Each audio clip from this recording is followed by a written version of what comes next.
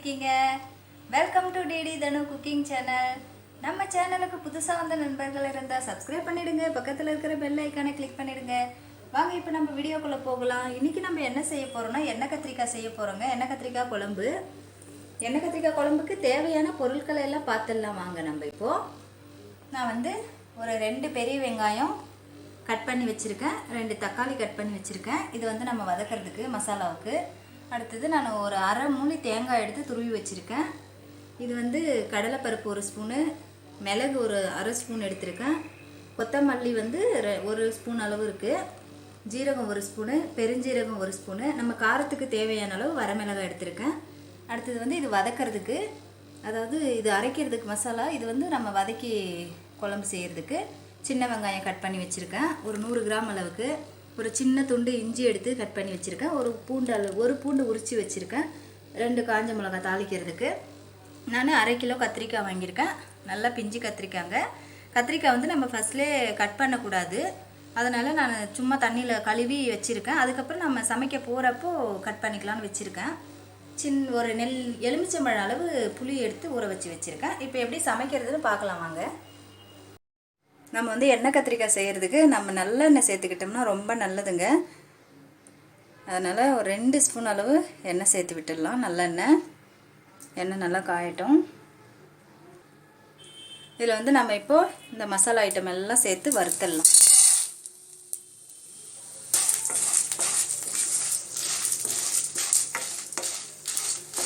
இது வந்து மீடியம் ஃப்ளேம்லேயே வச்சுட்டு நல்லா வருங்க, அப்போ தான் நல்லா வறுபடும், இல்லைன்னா தீஞ்சிடும்.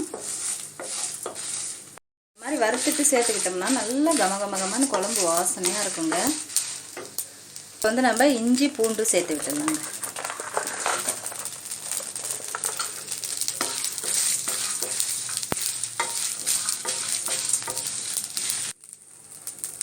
இப்போ தேங்காய் சேர்த்து விட்டுடலாங்க. நம்ம இந்த மாதிரி எல்லாம் நல்லா வதக்கிட்டு செய்கிறப்போ எண்ணெயில் நல்லா குழம்பும் கெடாதுங்க. அதாவது முதல் நாள் செஞ்சு மறுநாள் சாப்பிட்டோம்னா தான் இந்த எண்ணெய் கத்திரிக்காய் குழம்புலாம் செம்ம டேஸ்ட்டாக இருக்கும். இது கொஞ்சம் நல்லா வரன்னு வறுக்கணும். வறுத்துட்டு எண்ணெய் நிறைய சேர்த்துறாதீங்க, சும்மா 1 ஸ்பூன் அளவு சேர்த்து வறுத்துருங்க. இதெல்லாம் நல்லா வதங்கிடுச்சு. இப்போ நம்ம இதை எடுத்து ஒரு பிளேட்டில் மாற்றிக்கலாம். இந்த அளவுக்கு வறுத்து எடுத்துக்கோங்க, நல்லாயிருக்கும், மசாலா வாசனையாக நல்லாயிருக்கும். பாருங்கள், அதே தவா வச்சுட்டு ஒரு 2 ஸ்பூன் அளவு எண்ணெய் சேர்த்துருங்க. நல்லெண்ணெயிலே செய்யுங்க, செம்மையாக இருக்கும் குழம்பு. எண்ணெய் கொஞ்சம் நல்லா காஞ்சி வரட்டும். அதுக்கப்புறம் நம்ம வெங்காயம் தக்காளி வச்சுருக்கோம் இல்லைங்களா, வெங்காயத்தை சேர்த்து விட்டுடலாம். வெங்காயத்தை நல்லா வதக்கி எடுத்துக்கலாம். வெங்காயம் தக்காளியும் வதக்கணும். இந்த மாதிரி வதக்கிட்டு செய்கிறப்ப வெங்காயம் தக்காளி அந்த டேஸ்ட்டே வேறு மாதிரி இருக்கும், செம்மையாக இருக்குங்க சாப்பிட்றதுக்கு. பாருங்கள், வெங்காயம் ஓரளவு வதங்கிடுச்சு. இப்போ நம்ம தக்காளி சேர்த்து விட்டுடலாம்.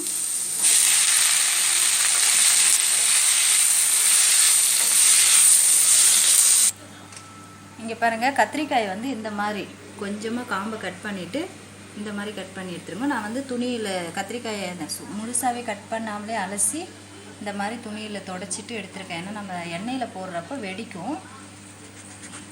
இந்த மாதிரி அப்போ தான் நமக்கு மசாலா எல்லாம் உள்ளே போகும். இந்த அளவுக்கு கட் பண்ணிவிட்டு ஏதாவது சொத்தை இருக்கா அப்படின்னு சொல்லிவிட்டு இப்படி பார்த்துட்டு நம்ம கத்திரிக்காயில் அவ்வளோதான் வச்சிடலாம். ஏன்னா நம்ம முன்னாடியே கட் பண்ணி வச்சோம்னா காரில் நான் தடிச்சிரும் கத்திரிக்காய். அதுக்காக தான் வதக்க போகிற டைமில் இந்த அளவுக்கு கட் பண்ணிடலாம். இந்த மாதிரி கட் பண்ணி எடுக்கணும். காம்பை இந்த அளவுக்கு கட் பண்ணிவிட்டு, இந்த காம்பில் தான் நல்ல டேஸ்ட் இருக்குதுன்னு சொல்லுவாங்க எண்ணெய் கத்திரிக்காய் செய்கிறப்போ. பாருங்கள், இந்த மாதிரி ஏதாவது பூச்சி இருக்கும் உள்ள, அதை பார்த்துட்டு அவ்வளோதான் போட்டுடலாம். இதே மாதிரி நம்ம இருக்கிற கத்திரிக்காயெல்லாம் கட் பண்ணி எடுத்துக்கலாம். ஒரு 1/4 ஸ்பூன் அளவு நம்ம மஞ்சள்தூள் சேர்த்து விட்டுடலாம். சேர்த்துட்டு வதக்கலாம் வெங்காயம் தக்காளி. அதனால் வெங்காயம் தக்காளி நல்லா வதங்கிடுச்சு. இப்போ நம்ம எடுத்துடலாம். எடுத்து ஆற வச்சுட்டு இப்போ நம்ம குழம்பு செய்கிறதுக்கு மண் சட்டியில் தான் இன்றைக்கி செய்ய போகிறோம். இன்றைக்கி நம்ம எண்ணெய் கத்திரிக்காய் வந்து மண் சட்டியில் தான் செய்ய போகிறோம். அதுக்காக நான் ஒரு மண் தவா வச்சுருக்கேன். இப்போ நல்லா காஞ்சிடுச்சு. ஒரு 3 டேபிள் ஸ்பூன் அளவு நான் நல்லெண்ணெய் தான் சேர்த்து விடுறேன். சேர்த்து விட்டுட்டு இதுக்கு தான் நான் வந்து கத்திரிக்காயை தண்ணியில் போடக்கூடாதுன்னு சொன்னேன். ஏன்னா நம்ம இப்போ எண்ணெயில் போடுறதுனால கத்திரிக்காய் எண்ணெய் வந்து நம்ம மேலே தெரிக்கும். அதுக்காக தான் கத்திரிக்காயை முழுசாக அலசிட்டு அதுக்கப்புறம் நம்ம கட் பண்ணி இப்போ எண்ணெயில் சேர்த்து கொஞ்சம் வதக்கி எடுத்துக்கலாம். இப்போ நம்ம கத்திரிக்காயெல்லாம் எண்ணெயில் சேர்த்து விட்டுடலாம்.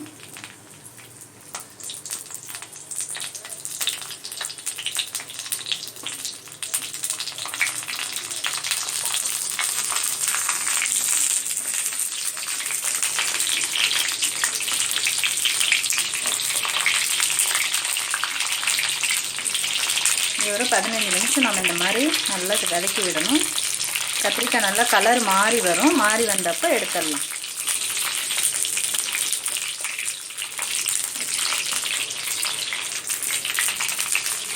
இந்த மாதிரி செஞ்சிங்கன்னா தான் நல்லா டேஸ்ட்டாக இருக்கும் கத்திரிக்காய் குழம்பு.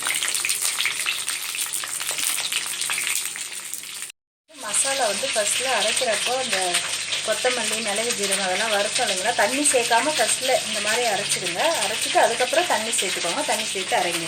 அப்போ தான் நல்லா க்ளீனாக அரைஞ்சி வரும். பாருங்க கத்திரிக்காய் வந்து நல்லா வதங்கிடுச்சு. இப்போ நம்ம எடுத்துடலாம். எடுத்து ஒரு பிளேட்டில் வச்சிடலாம்.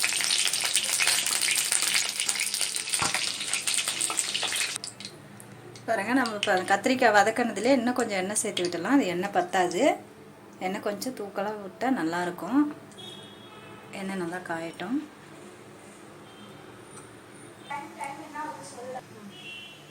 இப்போ எண்ணெய் நல்லா காஞ்சிடுச்சு. நம்ம 1 ஸ்பூன் அளவு கடுகு சேர்த்து விட்டோம்னா கடுகு நல்லா பொரியட்டும். கடுகு நல்லா பொரிஞ்சிடுச்சு. நம்ம வெந்தயம் சேர்த்துடலாம். ஃபஸ்ட்லேயே வெந்தயத்தை சேர்த்தோம்னா கருத்துடும். அதுக்காக தான் கடுகு பொரிஞ்சதுக்கப்புறம் நம்ம வெந்தயத்தை சேர்த்துட்டு ஒரு 2 காஞ்ச மிளகா சேர்த்து விட்டுட்டு அடுத்தது சின்ன வெங்காயம் அதையும் சேர்த்துடலாம். அவ்வளோதான். இதெல்லாம் வெங்காயம் கொஞ்சம் வதங்கட்டும்.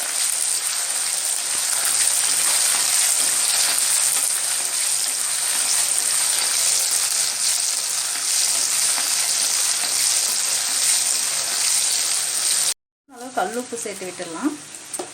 கல்லுப்பு சேர்த்துட்டு நல்லா வதக்கலாம். இப்போ நம்ம வந்து வெங்காயம் நல்லா வதங்கிடுச்சு, சின்ன வெங்காயம். இப்போ வந்து மசாலா அரைச்சி வச்சுருக்கோம் இல்லைங்களா, மசாலாவை சேர்த்துடலாம். எவ்வளோ மழைன்னு அரைச்சிருக்கேன் பாருங்கள். இந்த மாதிரி அரைக்கணும் மசாலாவை. அப்போ தான் நல்லாயிருக்கும். நம்ம கிராமத்தில் இருந்தால் உரலில் ருப்பிக்கோங்க. செம்ம டேஸ்ட்டாக இருக்குங்க. இப்போ இந்த அளவுக்கு நான் செஞ்சு இதை உரலில் ருப்பி இருந்தேன்னா செம்ம டேஸ்ட்டாக இருக்குங்க. உரலில் ருப்பாது ஒன்று தான் இதில் மிஸ்ஸிங்க. மற்றபடி எல்லாம் டேஸ்ட்டு நல்லாயிருக்கு. நம்ம வந்து மசாலாவை சேர்த்துட்டு சும்மா ஒரு 5 நிமிஷம் அப்படியே பரட்டி விடலாம். ஏன்னா நம்ம எல்லாம் வதக்கியிருக்கோம். அதனால் வந்து மசாலா ரொம்ப நேரம் இது பண்ணணுன்றதில்ல. ஆனால் வதக்கினாலும் நல்லாயிருக்கும் அந்த டேஸ்ட்டு. எண்ணெய் பிரிஞ்சு வரணும். எண்ணெய் பிரிஞ்சு வந்தால் நல்லாயிருக்கும். மிக்ஸி ஜாரில் தண்ணி ஊற்றி கழுவிட்டு ஊற்றலாம். மசாலாலாம் அதில் நிறைய இருக்குது. அதனால் இது பண்ணிவிட்டு கொஞ்சம் நேரம் நல்லா உங்களுக்கு வந்து கெட்டியாக வேணும்னா திட்டமாக தண்ணி சேர்த்துக்கோங்க. கொஞ்சம் குழம்பு மாதிரி வேணும்னா இன்னும் கொஞ்சம் எக்ஸ்ட்ராவாக தண்ணி சேர்த்துருங்க.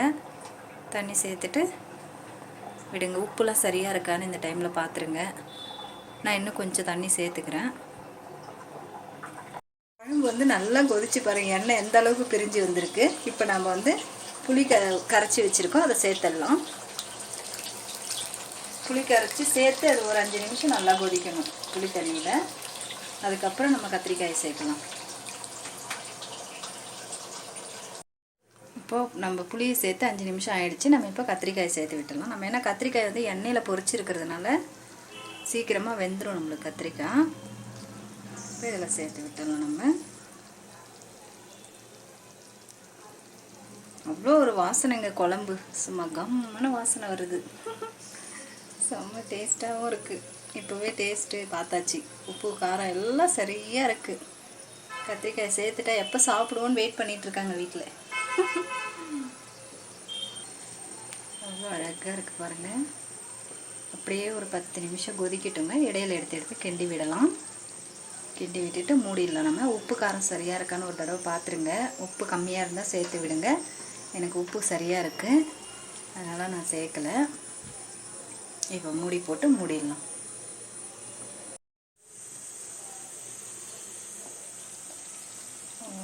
குழம்பு எவ்வளோ சூப்பராக கொதிச்சு வந்திருக்கு பாருங்கள். எண்ணெய் எவ்வளோ அழகாக பிரிஞ்சு வந்திருக்கு பாருங்கள். இந்த மாதிரி எண்ணெய் பிரிஞ்சு வந்துடுச்சுனாலே குழம்பு செம்மையாக இருக்கும்னு கொதிச்சிடுச்சின்னு அர்த்தம். செம்மையாக கொதிச்சிடுச்சு,